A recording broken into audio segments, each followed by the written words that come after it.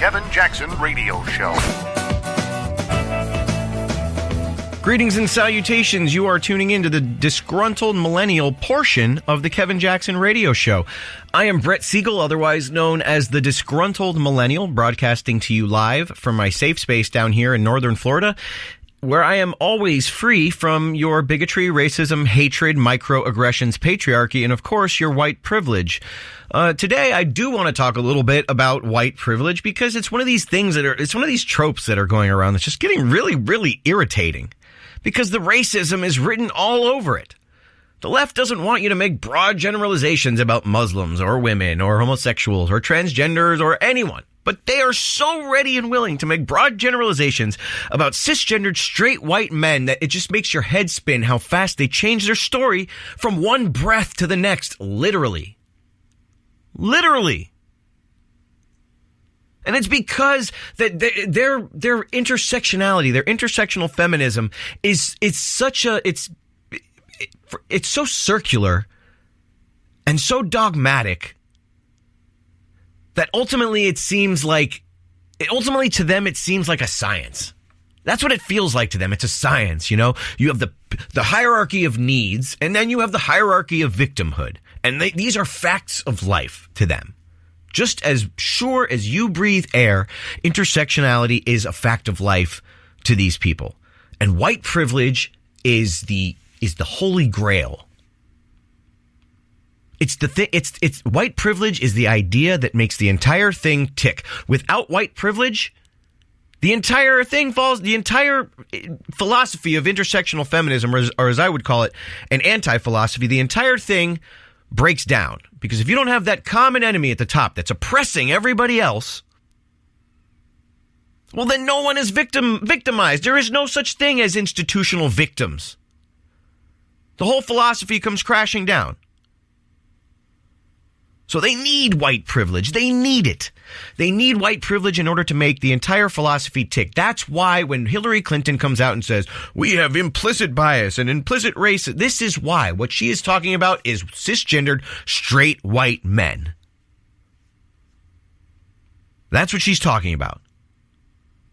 So you get these strange leftist ladies who are, to me, it's just a bunch of virtue signaling because I don't really know how anyone can truly believe this. I mean, when you walk in line, when you go into a store, into a convenience store, you don't skip ahead of the black people if you're white. You don't have white privilege.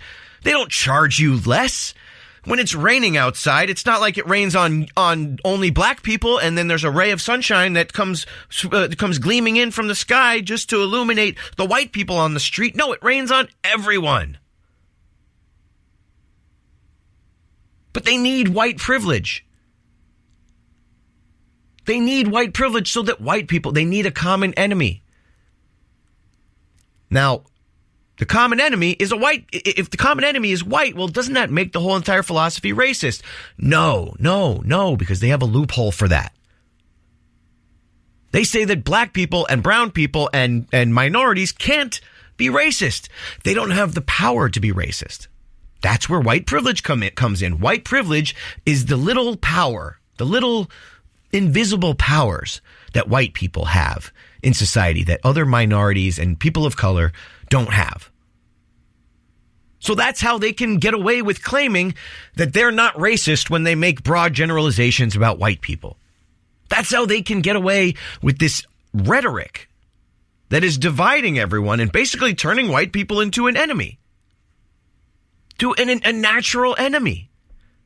Because if white people have invisible power over you, if you look at white people as just a bunch of whip crackers,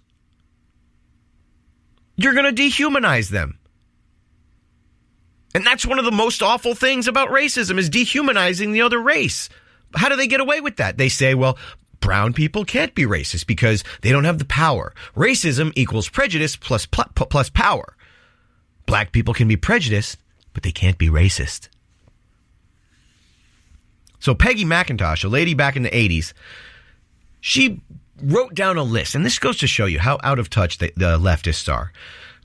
She wrote a paper called White Privilege, Unpacking the Invisible Knapsack. In other words, white people carry around a bag of goodies. And when we need it, we pick out from the bag of goodies. And only white people have this bag of goodies. And this is what she writes this list. And it's just insane. I started reading this list, and it's just unbelievable how out of touch these people are. She says, these are examples of white privilege. I can, if I wish, arrange to be in the company of people of my race most of the time. Okay, first of all, what is she even talking about? You can arrange to be around whoever you want. It's a free country. If you want to be around people of your color, be around people of your color. Nobody's stopping you. Nobody is stopping you. And if black people want to get together and be around people of your color, nobody's stopping you. And notice the little racism in there? The little bits of racism. It's okay for black people to want to be around each other, but it's not okay for white people to want to be around each other. But somehow, black people have less access to being around other black people.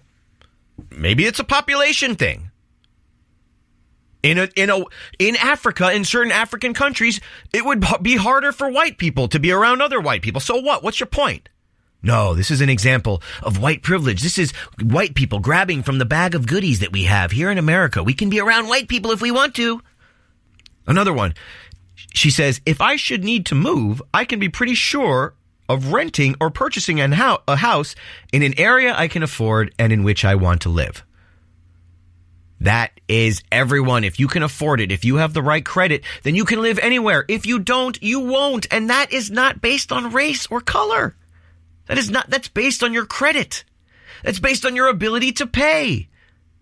That's not white privilege. That's not racism. I don't dip in my bag of goodies and pull that one out.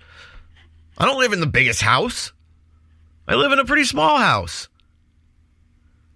Another one, she says, I can go shopping alone most of the time, pretty well assured that I'll not be followed or harassed.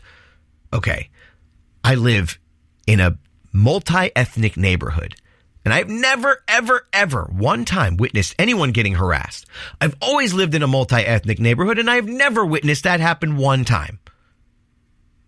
You would think that if it were such a problem that I would have seen it one time. Of course, she's bringing up anecdotes. Why shouldn't I bring up an anecdote? I bet she's never seen anyone get harassed. This is a doozy. This is really funny. I can talk with my mouth full and not have people put this down to my color. This lady's got some serious white guilt going on. Anyway, I'm Brett, the Disgruntled Millennial. We'll be right back. This is the Kevin Jackson Radio Show. Do you owe back taxes to the IRS or state?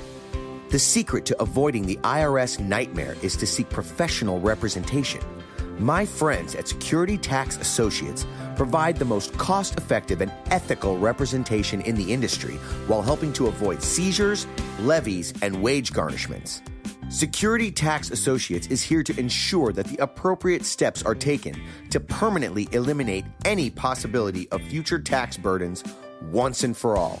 For a free, no-obligation consultation, contact Security Tax Associates, 844-779-4177. That's 844-779-4177. 844-779-4177. Or visit them at securitytaxassociates.com.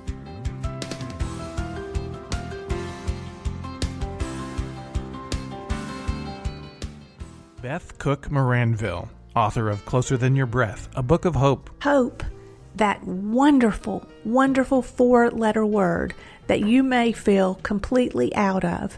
I wrote this book to give you great hope. It's not too late. If fetal position is an all too familiar place for you, I understand. If the next 60 seconds are too long, this book is for you. Wherever you are right now, whether you're dealing with divorce or death or sickness, take hope. You are going to make it through this pain. Don't roll your eyes. I've walked this road and I know it. The best is yet to come. Closer Than Your Breath, a book of hope from author and speaker Beth Cook Moranville, can be found on Amazon.com or Kindle.com. For more information, visit closerthanyourBreath.com or on Facebook at Closer Than Your Breath.